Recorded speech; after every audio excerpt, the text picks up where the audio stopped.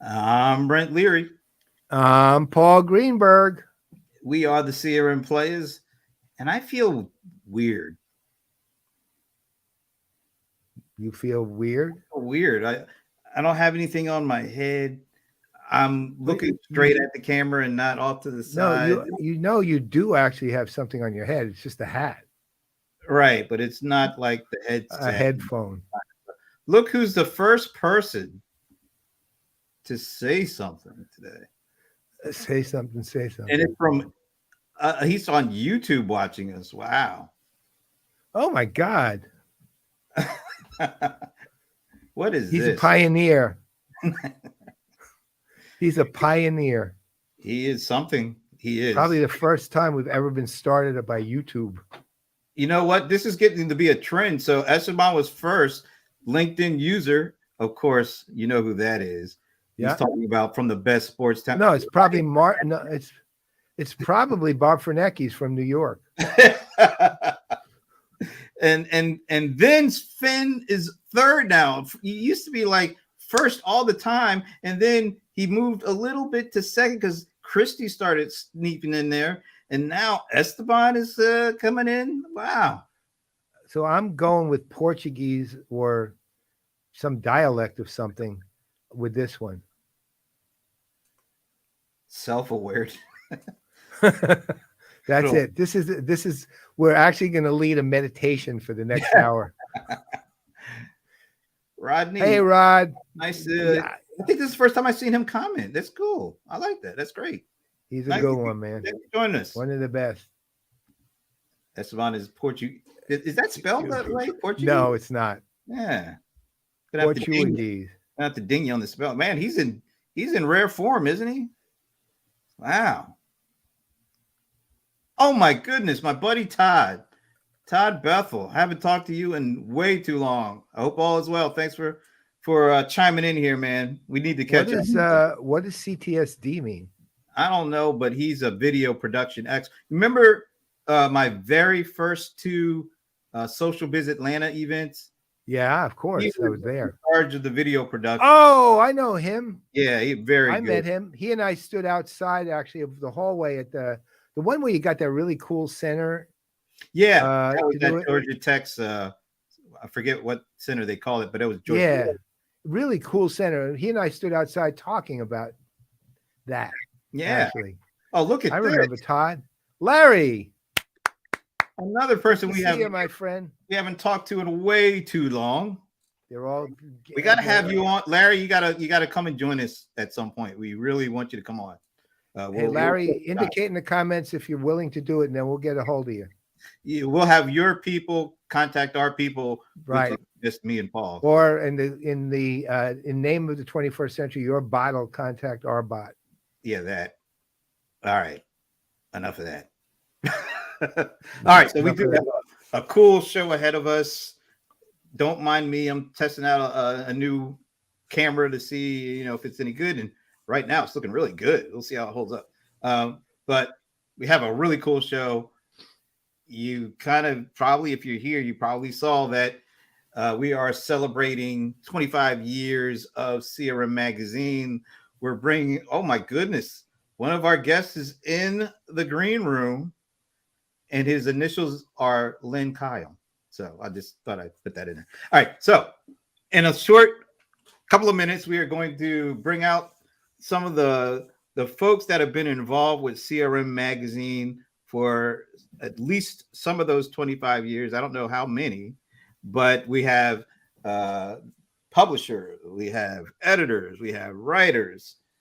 Everybody's a good person. So we're going to have a really good conversation about CRM Magazine in year 25 and all that has been written about in that magazine over the years.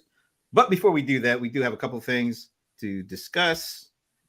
And I wanted to get the venerable Paul Greenberg's take. Oh, no.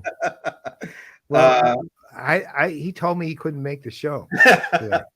So we're a week removed from the first executive roundtable of the year on CDP. Upon a week of reflection, what did you think how that went last week? You mean like reflection meaning I looked at myself in the mirror. Well, maybe not that particular kind of reflection, but yeah. Oh, look, I let's say this. Interestingly enough, there's clearly still some confusion over the definition of CDPs. Thank you, Todd. That it's a pleasure, man. I remember that conversation. There's still some confusion over the definition of CDPs, and David is doing a yeoman's job at getting the definition back on track because it is his. Oh, you're in. You're so in, Larry. It's and he's working hard at trying to refocus CDPs because unfortunately it's obviously gotten marketing hands and the bad side of marketing, not the good side, and became whatever the company that was doing whatever they're doing wanted it to be. So I think that the panelists, well, there was some, some of their interpretations there got going after a while, and they all provided some really useful approaches and let's say different looks at it, and also understanding its strengths and limitations. I thought all of that came across really well. I think we've had some feedback, since the panel, on the panel or about the panel, and people were extremely happy with it. And I'm not saying that just because we want everybody to be happy. That's the feedback we got. Those who are unhappy, of course, we just had deaf ears to. We won't listen to them. So, right. So anyway, there's not much more to say about it. I mean, I think we need to move on to our next one now and start working on that. Yeah. Matter of fact, yeah, since you brought that up, we had a really great conversation earlier this week. Was that yesterday or maybe it was Tuesday? I can't. Tuesday. It was Tuesday. They're all running across. So I did a few good minutes with Kieran Flanagan, who is the SVP of marketing for HubSpot, because we wanted to talk to HubSpot about some of the things they're doing around media. They acquired a couple of companies. They created the HubSpot Podcast Network. They just rolled out their creator program. So this enterprise SaaS and media combination is coming together in so many different interesting ways. So we wanted to have him on. He's based in Dublin. So Dublin, Georgia. Yeah. Yeah. Dublin, from his accent, is definitely not Dublin, Georgia. It was the Dublin. So it's kind of late over there when we're doing our show right now. So I had him come in and be a guest on A Few Good Minutes. And of course, I didn't really want to have the conversation without the venerable Paul Greenberg being a part of it. So I had a mashup. We had him on A Few Good Minutes, and I had Paul Greenberg come on and be a co-host. So I have a couple of clips I want to play. Don't get confused. These are not a few. What am I looking at this camera for? This is not a CRM Playaz clip. It's A Few Good Minutes clip with Paul Greenberg as co-host. All right. I don't know. Make whatever you will of it. But these two clips that I thought would be interesting to play, and then we'll get into our CRM Magazine extravaganza. 2025, over 70% of internet users will access the internet through their phone only, right? In marketing, you have to be aware of consumer trends and how consumers' trends are going to shape the way that you are going to build an audience around your products and services. In the past 2 years, digital content consumption has really exploded. It's increased 4x over the course of COVID. It's really become a prevalent part of our lives.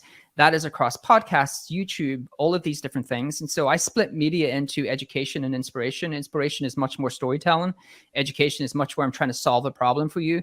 I think B2B companies have mastered, or some B2B companies have mastered education. We believe that the real utopia for media is mastering education and inspiration. We believe that most SaaS companies and tech companies suck at inspiration and are not good at storytelling. And I believe that's very true today. And so we decided, when we looked at what we could do, build this skill set in-house or try to, buy something and then build out from there. We decided the great option for us was to actually buy. So that's why we bought The Hustle. We used that skill set to start launching these other things. that are really good media products and differentiated from tech companies because they're created by media first people.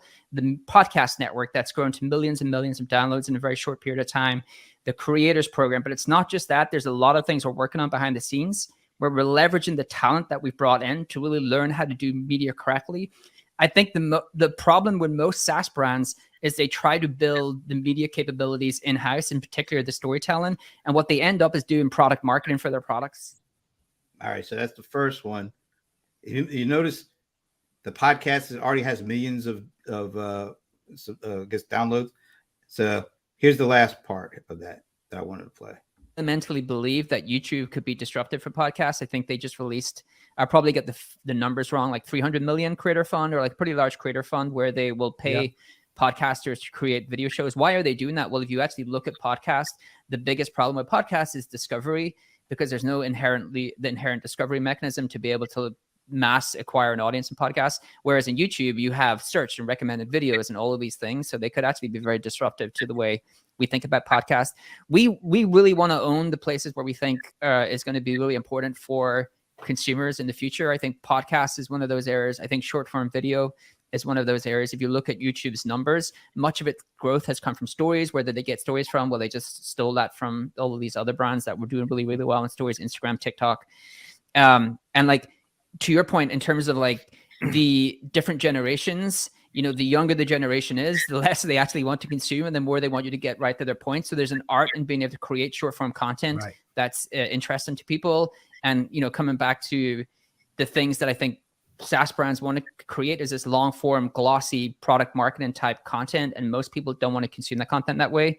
So I think audio for us is big. I think short form video and video for us is big. I think newsletters definitely has a real part to play in that strategy. And then for us, like, our blogs are still one of the biggest drivers of our business. They continue to grow. And sometimes I'm like, wow, how does that team continue to grow the size of these blogs? But our blogs, when you look at the web traffic in comparison to TechCrunch or these other big media brands, we actually have bigger, we have more web traffic than those traditional kind of tech media brands. Wow. And so they are really a sizable part of how we've continued to grow. We could have gone on and on with that dude. Yeah. I mean, there were lots of good nuggets, lots of things that we'll be digging into over the course of time.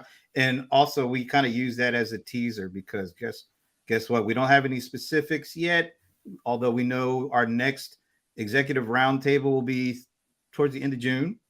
Yeah. But you want to tell them what it's going to be on? No, you should. You should do the honor. It's going to be on how enterprise SaaS companies are becoming media companies. Yeah, becoming tech companies. Yeah, becoming finally. Finally. Yeah. No, but we've been looking at how Salesforce is moving with Salesforce Plus. We've been looking at what HubSpot is doing, acquiring companies like The Hustle and creating their own HubSpot podcast network and creating their creator platform. There are some other ones that we're looking at, but we want to have a really robust conversation. And I can't believe I just said robust because that just sounds like totally not as good as venerable. Yeah. But we want to have a conversation to bring some people together and do like we normally do. No scripts, just bring some of the right folks together and put a little loose formatting and let her rip, because we think, as we had a great conversation with CDP, we think this is going to make for a really great conversation. Amen. I think this is a topic of the decade, actually, this one. At least from our slightly narrowed industry view. But even more broadly, it's got a much bigger implication, what we'll discuss at the end of June and probably intermittently until then. Yeah, we'll sprinkle it in. That's right. All right. Speaking of sprinkling in, man, we got a lot of folks to sprinkle into this as I look into the green room. And we just talked about maybe, what's ahead in terms of media with SaaS companies. But we're here to really celebrate what has happened over the course of the last 25 years with CRM Magazine. something that both you and I are very fond of and have been fortunate to participate in a variety of ways. And when I saw that this is the 25-year anniversary, I was like, really? Wow. That's a long time. Amazing. I really think deeply, don't I? Wow, it's a long time. That's well, that's because you are a robust thinker.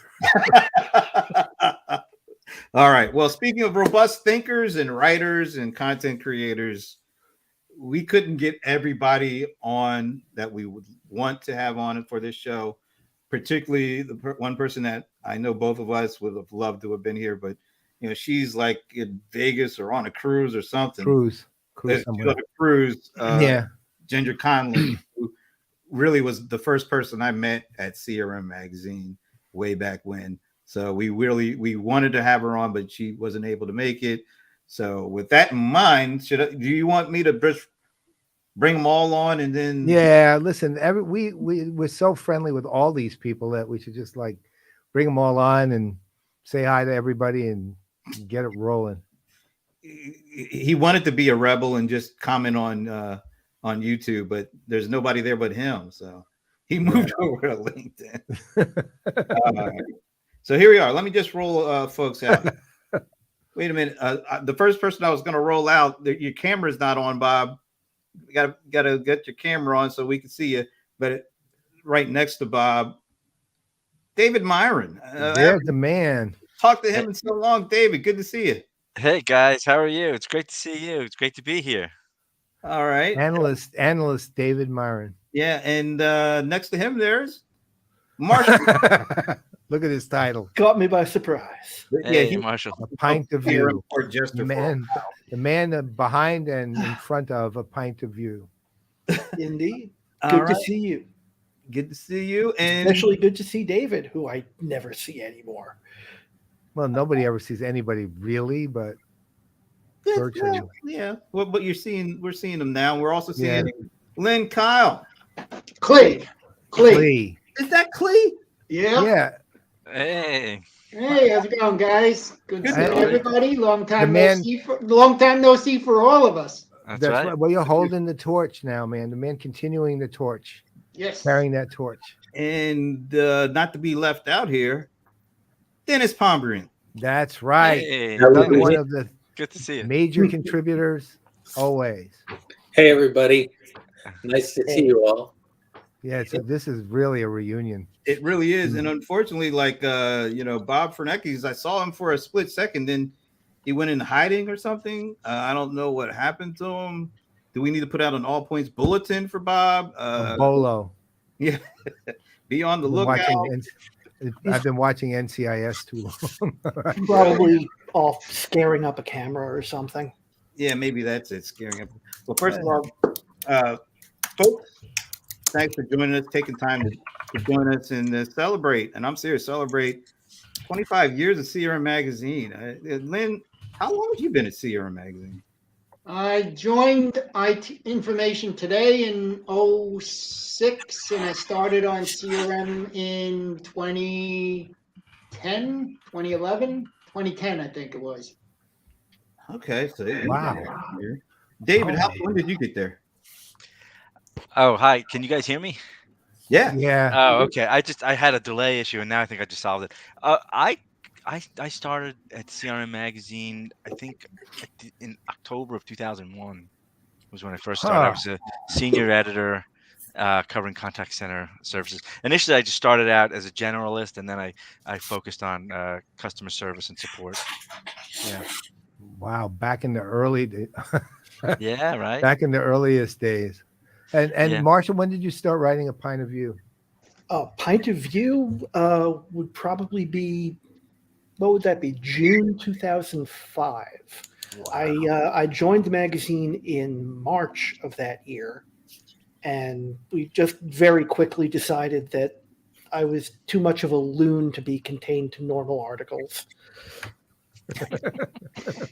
That's when that was covered, or well, I remember when I brought Marshall on, and I had known Marshall from another publication and just thought he was probably the funniest editor I ever met. And I remember when he came in for the interview, and I asked him, what, if you had the ability to just choose your path, what would you want to do?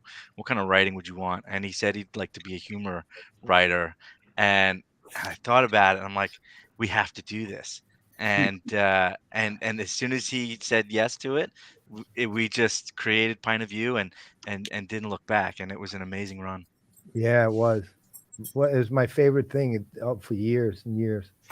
Hey, I even liked it better than what I wrote. So way better, I actually. see Bob in the green room getting situated, so All right. we'll let him get situated. But Dennis, when did you first write for CRM Magazine? Do you know what the first article or column you wrote was about?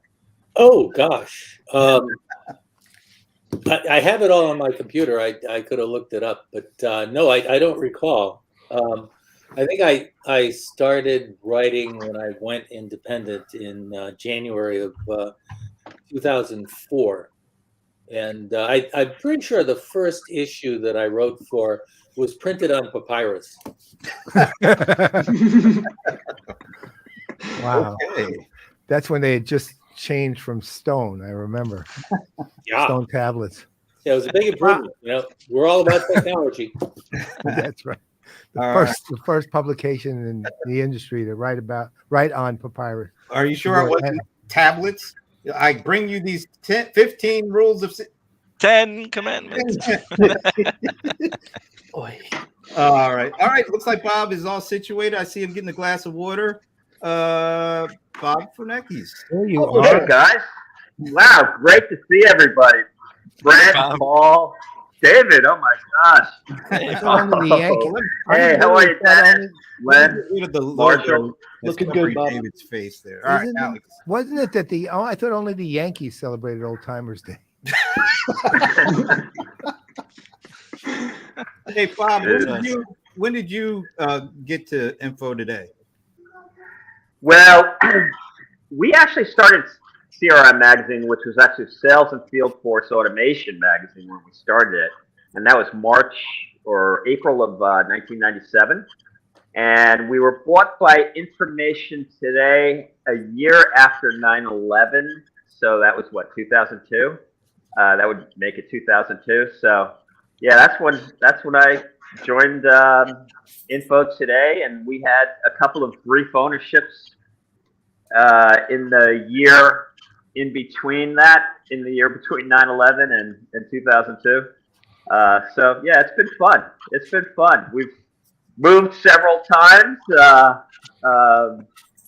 and yeah, had a really good time. And I remember these guys carrying were all there for it. Yep. I remember carrying our own furniture from one office location in Midtown Manhattan. That's Well, hey, here, Well, and rolling the doilies across the street when we moved from the one corner to the middle of the block. You can see anything in Manhattan. You guys Okay, had the so- best location in the city, though. You were It really literally was, yeah. 3 doors down from Best Bagels. Oh Best my Bagels God. Oh, and yeah. Coffee. What a You find were that 3 place doors was. down, which is Yeah. like the best bagels in the city. Yeah, I and you missed were that place 3 terribly. doors from it. Yep. Well, what was weird is when I would come visit you on occasion, I had no idea Best Bagels was there. Esteban introduced me to Best Bagels, and I realized all of a sudden I've been walking by that place for years coming into your office, right? And I will never forget the fact that I thought, wow, these guys were they were literally a corner of heaven on 35th Street.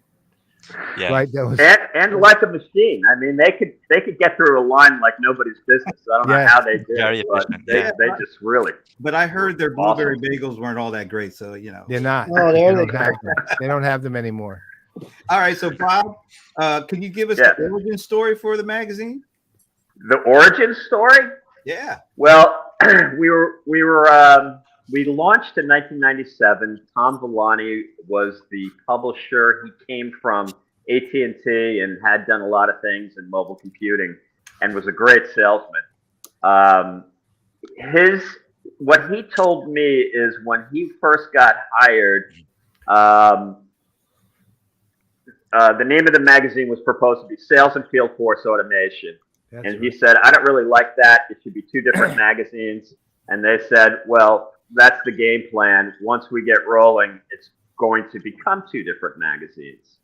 And then somewhere around 1999, the term CRM started being kicked around, and we had a supplement in the magazine called ECRM. The E standing for Internet, believe it or not. But we changed the magazine to CRM Magazines. Spun out Field Force Automation Magazine. I think it became Mobile Computing after it was sold. But here we are, 25 years later with CRM Magazine. I mean, as you guys know, the acronyms change all the time. But we just encompass. We have a very broad view of it, and certainly when I first started, believe it or not, sales automation was the biggest category in the magazine. So that'll give you some idea. And then very quickly we started morphing into more into the broader meaning of CRM, and the last 20 years, let's say, the contact center and customer service really kind of blew things out. And of course, now we have customer experience and many other business technologies that help enable just the whole chain to be better. So that's where we are right now, and we hope to be around for another 25 years. And I'll be probably pushing retirement by then. Hopefully. Hopefully all of us will. Yeah, we deserve a rest. How did you, I mean, look, one of the things you've always done, which is you've literally stayed up with, you've not only stayed up with varying, let's say, evolutions of CRM, but you've amplified some of them, right? Deliberately, I think. Right. And so the question is, how'd you make, I mean, from a journalist standpoint, from a publication standpoint, one of the things that I know David's heard me say this about 10 million times is you're not just journalists, you're influencers, right? And that's very big. Let's call it. It's a larger mandate because you had, the magazine has had a big impact on the industry over the years, and given that it had been largely a physical publication, which as magazines were dying, you still maintained impact as a physical publication. Now you're, of course, vastly primarily digital, but at the same time, how did you make the editorial decisions to actually say, okay, we're not so sure about how this is going to go, but even though this is out here and we're really not too keen on it because it doesn't look really like much, we might have an obligation to cover it nonetheless. So how did you make those edits? How did you think that through? What was the process? Because it's ultimately, again, it's journalists but influence, right? So because there'll be an impact on your result. Well, I'll speak first, and then Len and David can take over. Marshall, but honestly, from my recollection, it was basically just a series of very, very small steps in a different direction. I didn't know a lot about call centers in 1998 or 1999, but we just kind of followed what Dennis and you and Brent and other thought leaders, as well as the vendor community as well, what was going on and what was the new and exciting thing. As you guys know, there was a bottleneck around 2000 because there were no smartphones. Broadband, wasn't in everybody's house. People were still using dial-up. We were trying to do webcasts, streamed live from a TV station through telephone lines. I mean, the underlying infrastructure really wasn't there for what then you guys kind of picked out. So, everything got bottled up until about, I'd say 2000, 2001. Broadband started becoming more ubiquitous, cell phones and stuff, or smartphones more around 2010. But at that point, things are on the way. But I don't remember any serious conversations where we're going to say, hey, we're going to move away from sales automation to call centers or anything like any concrete decision. I mean, and David, Glenn, and Marshall, stop me if I'm wrong, but I think we just basically followed the major trends, and in some ways almost felt like it would ultimately hurt us, which it never did. It always ultimately helped us. But that's my recollection. I don't know if you guys can give your perspective. Yeah, I would agree with that. I think that largely what we would try to do is hold up a mirror to the very influential people that we were talking to and reflect what they're seeing to our audience, and try to tell that story in the most effective way. I think another thing that helped us, and certainly helped me, was to just understand the motivation behind why CRM existed initially. What was the error of the initial iteration of CRM, and how it needed to evolve. So, when CRM first came out, it was expensive.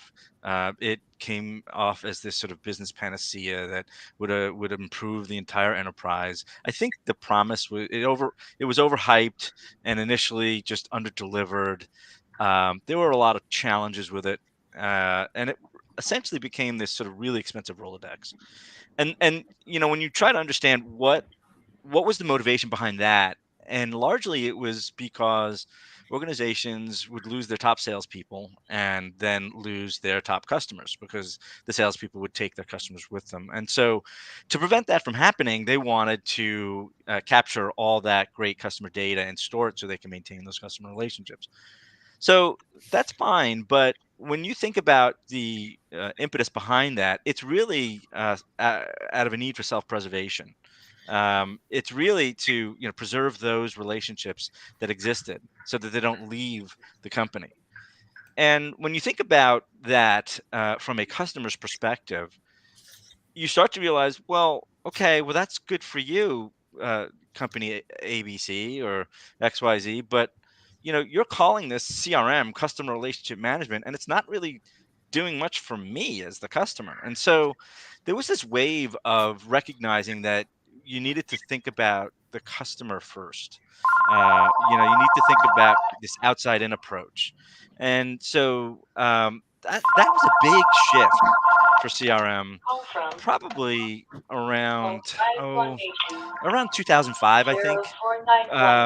We started to notice the organizations were, this was when IVRs were growing in popularity, and organizations were trying to automate as much as possible. And I think, in addition to that sort of sales Rolodex, CRM was being tied to the front end of customer facing automation efforts, and customers were feeling a little snubbed by that. They were feeling like, hey, I used to be good enough to talk to a person, and now I have to talk to a machine.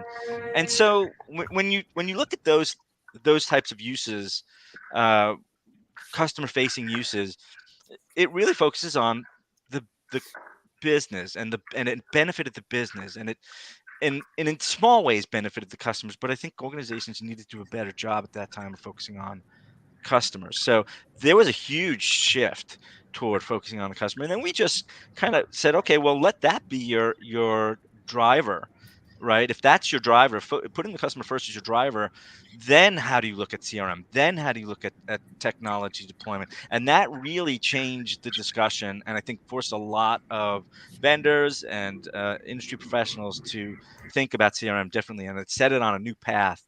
And then that was, I think, shortly before social CRM became a big thing, and so we followed that, and all of it, with the understanding that you have to put the customer first, and so I think when you understand the motivation behind the technology, it's easier to follow the trends.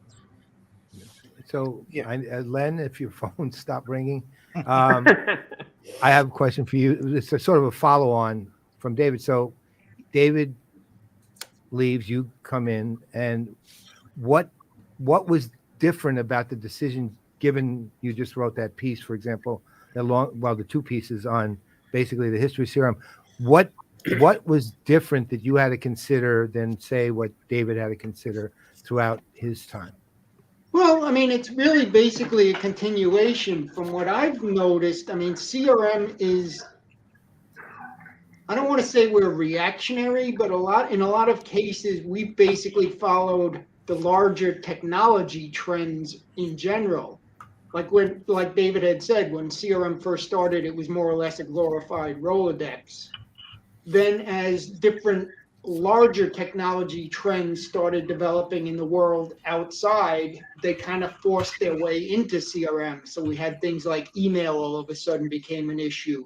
Then it was social media. Then it was mobile technology. Then it was whatever the next shiny object might have been at the time. Now it seems to be everyone's focused on the metaverse and this whole augmented reality, mixed reality type of a thing. So it's really larger outside trends that then kind of work their way into the CRM.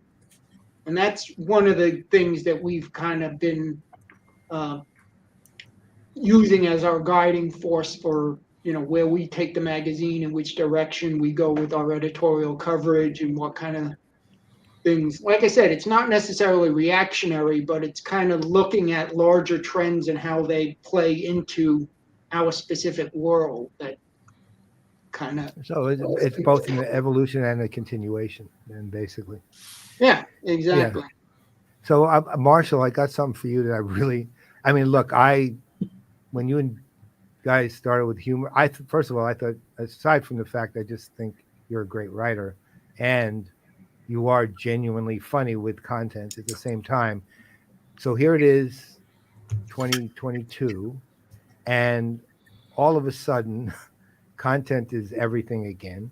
I mean, really, when I say everything, but it's different forms of content and different ways to consume it and different ways to distribute it. But one of the things that people are looking at and so sort of struggling with, but looking at seriously, is humor again, right? You were a pioneer, really. You and some of HubSpot's videos were literally the only funny things in CRM. Right? That was it. The rest of it was pretty dour, to be honest. I tried to be funny, but the strength of being a CRM guy, bad jokes mean nobody really worries about me having one because I'm a CRM guy. So how did you think about that? Not just what did you write, but how did you even think about humor? Because to me, it's vital. Okay. And again, you were literally the only source of actual humor that I can remember. And that says a lot because I'm looking for it all the time. Right. Well, So how do you think about it? Well, it wasn't easy to begin with. I mean, I had a couple of really good ideas to start with, but what helped was that I was kind of coming at the whole CRM topic as a bit of an outsider. I was a little bit familiar with the technology area, but I was sort of a business tech generalist at the time. When I came in and started seeing what I could do, David and Bob were both very encouraging, just saying, go with it. Once I had a clever idea, it's really hard to say just exactly what made it happen. I think it's because I had a lot of energy and a lot of interest in the topic, and there was more that I had to say than I could put into my normal features and news articles and otherwise. I was also at the time kind of enamored of Penn Jillette and the writing that he was doing in the back of, what was it, PC Magazine? Yeah. I don't remember, but One of those. Yeah, it was one of them. Wow. I didn't know that. Yeah. I don't remember that at all. Gee. Well, Wow. it's been 25 years. And I always thought, he's combining technology and humor. If I can combine business and humor, wow. But Well, I have to say that a lot of it was not just me, but the encouragement I got from the rest of the staff and especially from editors. I had. Are we naming people who aren't here? Can we do you that? can. Yeah. Okay. I mean, in addition to Bob and David, I would especially want to call out Allison Lowander and Josh Weinberger, both of whom wonderful people, but more importantly for my work, somehow or other they had some diseased part of their brain that actually got my sense of humor, and they could actually work with me and turn my ideas into things that really resonated with the audience of CRM. I would love to say that it was all me. I can't say that. It would be a lie. It was working with them that made it so easy, because you look forward to having that exchange of ideas every month, and it was a pure joy for me. That's amazing. Yeah, right, Dennis? we had an amazing team for sure. Yeah, keep talking. Miss all of them. Okay. Sorry. No, go ahead. Your No, show. I'm not. Please take it on. Yeah. I just to second Marshall. We really had some incredible people. I was blessed to work with such bright, talented people and hardworking people, and I think that's also what helped the publication. Everyone was always questioning what was the next big thing. What were our readers most interested in? Let's push the envelope. Let's not only did we have really bright people, but really creative people, and some of the people that for example, Marshall mentioned were incredible to the team, and we also were blessed with some really, at the time, some really smart and talented junior writers as well. Yeah. So we had a really great run, for a long time. I wanted to get back to the junior staff, because one of the things that I think drove our success for so long, David has an eye for talent like nobody I've ever seen. He picked some absolute gems for us, and they all went on to do some pretty impressive stuff. I mean, they've had good careers since then. I would especially mention Jessica Seabor, who is now an editor-in-chief in her own right for, was it Women's Running magazine? Something like that, yeah. Yeah. I mean, I could name everybody else who worked there while I was there and say they've done good stuff since. But the thing that ties them all together is the fact that David hired them, and they were, without question, the best of the crop. Yeah, we had a Oh, great group. Well, and we had a nice crop of contributors like Paul, like Dennis, like Brent, like a lot of the other columnists that kind of kept us on our toes. And they were kind of our North Stars in some respects, guiding our coverage as well, because if you guys were talking about it, we kind of made the connection that, well, if Paul's talking about it, maybe there's something to it and we should really start following this kind of The thing. biggest mistake is, as editors, there was nothing. Believe me. Well, actually, though, Dennis.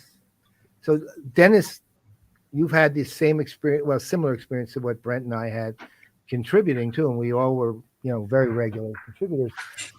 But at the same time, you're kind of figuring out, when you're first going out on your own, who you got to talk to and what's out there, and I don't know about you, but when I started in 2002, and these guys were like early on one of the organizations I saw as really important to the whole industry's present and future, right? And plus my degree is in journalism and English, so I had an interest from that standpoint too. But what got you thinking about CRM Magazine as a source for your contribution too? And because you've had a significant number of contributions over the years to the magazine. I think what got me started was Ginger gave me a phone call and said, you should write for us. And I said, "Oh, okay. That's kind of how I remember it How too. many words?" Complex. I think the thing we're all iterating around, and the thing that strikes me is that there was a wonderful unspoken sense of improvisation or improv to what was going on. Nobody ever said no. You served up something, and somebody said, "Okay, what goes with this?" Or how can we make it bigger? Or how can we make an issue that supports all this? And it was very organic. And I remember I never got anything back. Nobody ever said, "Oh no, this is too long," or "Oh no, this isn't going to work," or "Yeah, what do you mean by this?" or anything like that. I think it was 675 words. I usually got 675, 680 words, and sent it in, and Marshall and Ginger and Josh or whoever made it fit. Brent, I just looked up what my first piece, and this is really interesting. It was about integration. Back in the day, and David and Marshall, you all remember this. SFA was a separate product. Marketing was a separate product. Call center was a separate product. CRM companies were buying each other with their own stock, and it was a while before everything got served off of one database. Today we take that for granted, but integration is still a challenge. Integration is still the thing. Only now it's not internal integration. It's how do we connect to the back office? How do we connect to the web? How do we connect to whatever the newest technologies are? Whether it's analytics and AI and machine learning or whatever. It's still about that. Well, and it's still a problem. I mean, there's still plenty of silos out there, and there's still marketing systems that don't talk to contact center systems, and there's still sales systems that don't work with marketing, and those data silos. And that's one of the things that's kind of been a steady throughout the 25 years of CRM, is that there's these issues of data integration that still haven't been solved in some companies. And that's still a problem today, that the data is there, but everyone doesn't have the same access to it, and same battle, different battlefield. Sales reps are still upset when they make a sales call and there was a hunk of data about some other aspect of the customer relationship that they didn't know about. So it's still an issue. This is a question for Dennis and Brent and Paul. Do you think that just in general, everybody was just incredibly naive with what they were trying to do 25 years ago or 20 years ago or 15 years ago? I mean, it's, they were taking some swings for the fences, and no, there just didn't seem to be the base of technology there to support it. I mean, that came along, but it couldn't happen until there was that, those enabling technologies that allowed it to happen. I mean, to some extent, yeah, but incredibly ambitious. Right, and we all, I will definitely plead guilty on that. I mean, I know personally, my definition of CRM then is very different than my definition of what it is now, and in fact, to the point you made way earlier, Bob, on now it encompasses things like CX and engagement and so on. That's in effect taken up a bit of the, let's say, the battle for what I wanted CRM to be. And again, it was aspirational on my part. I said, this is what I think CRM is. And what I really meant was, this is what I think CRM should be. I mean, the other problem, though, was just so many issues with definitions even back then. To this day, you still have people say CRM when they mean Salesforce automation. It's to this day that goes on. It's 80% of the time, it's pretty much that's what they mean, right? So, from my standpoint, the good news though was we were swinging for the fences. And it was at that period where people were trying to innovate, people were trying to be creative, people were trying to establish foundation, people were trying to, institutionalize things that needed to be institutionalized, and at the same time leave room to, take a swing every now and then that you would miss. And that was good. The CRM as it matured became fairly pro forma. What you guys have done well, and I've always loved this, is you keep it interesting, right? Because ultimately, foundationally, if you look at what it is now, it's basically, to me, it's highly operational set of technology systems, right? That's what CRM is, but it's become a necessary industry. It's become something that I think people need to have rather than would be nice to have. And it's obvious when you look at the size of it. It's gigantic and keeps growing in the worst of time. I remember, so I've been involved in CRM one way or the other since really 1999, I guess. And if you look at the revenue curves over that year, it's never declined, ever. It's had slower, less than double-digit growth. But I've never seen a decline in revenue over time, over a year. Never. Now, what other world can even say that, right? Very few. So, it's important, but the bigger stuff, I wanted it to be this dramatic, big strategy and driver of all programs and business philosophy. Remember? Philosophy. And that was my original definition. It's not, right? The idea of customer centrism, sure. The idea of, I call it customer engaged, not customer centric, and I distinguish between them. But sure, but the reality is, what we need now is more swings and hits and misses. We need more. The innovation level is sunk low. The level for opportunity, though, for bigger things, and going to the broader definition of customer facing, which is really what CRM Magazine does now. It's not CRM, they do customer facing stuff.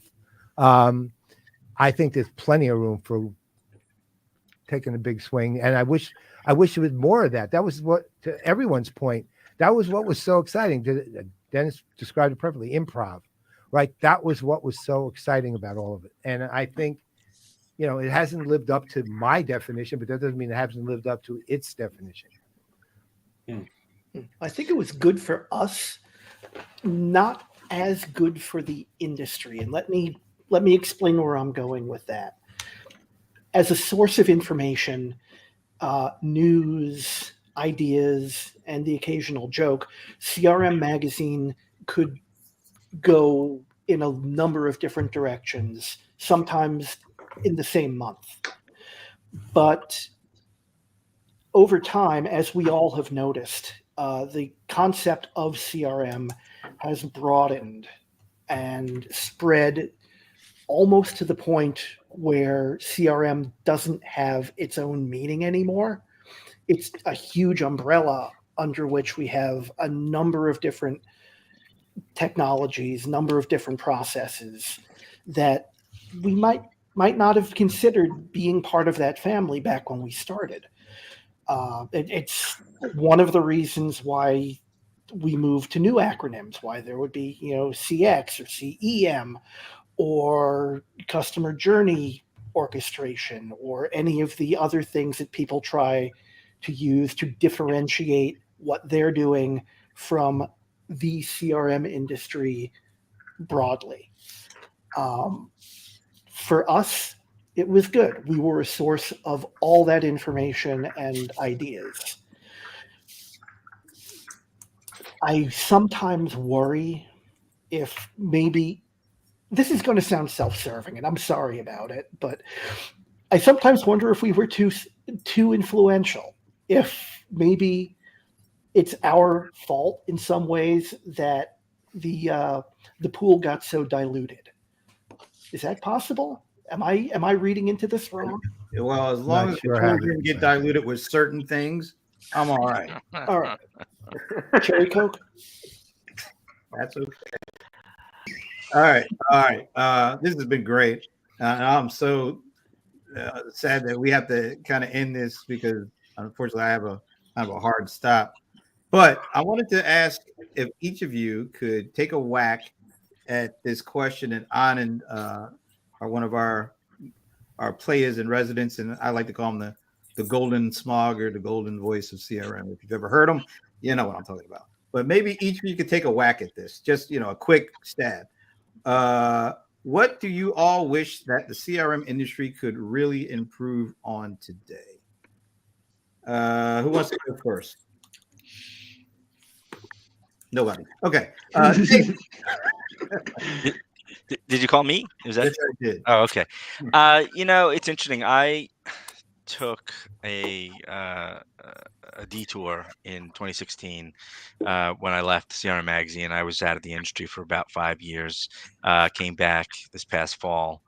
I'm actually, oh, thank you, very kind. I'm actually impressed with how far the industry has come in just those short 5 years. I'm blown away by. I remember just like up until midnight, the night on the last day of my time at CRM Magazine, I was working on a project for Paul, and I submitted something to him, and it was about AI, and I struggled so hard to find a use case to further explain, how AI is working for business, and I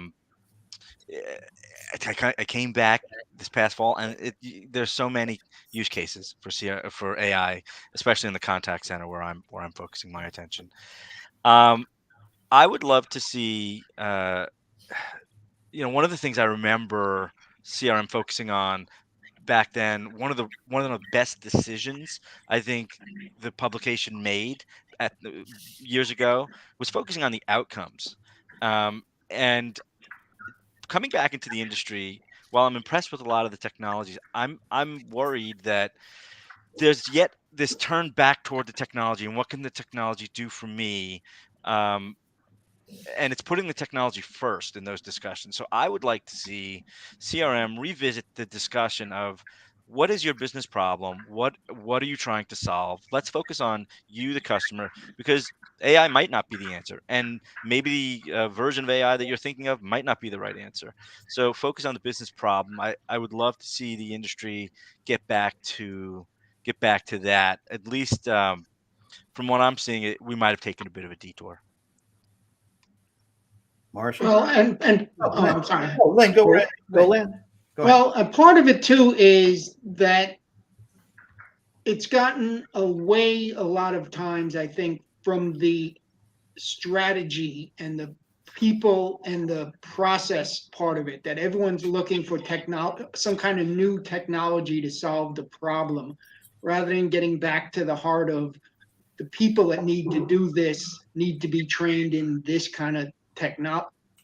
That the technology is a tool, but the real people that make the change and the real way that technology is applied is through the people and the process. That it's not the technology alone that's going to solve it. And I think a lot of people today are looking for technology to fix every problem. He's not wrong. I think I'm somewhere on the same page with Len. The technologies that we've got now are enabling people who work in the various areas touched by CRM to work their passions a little bit more strongly. What they don't do is they don't talk about why anymore. They're just, here's a technology that can help you serve your customer. But when you're starting with technology, you've already started in the wrong place. You have to identify the problem first. You have to identify your needs first.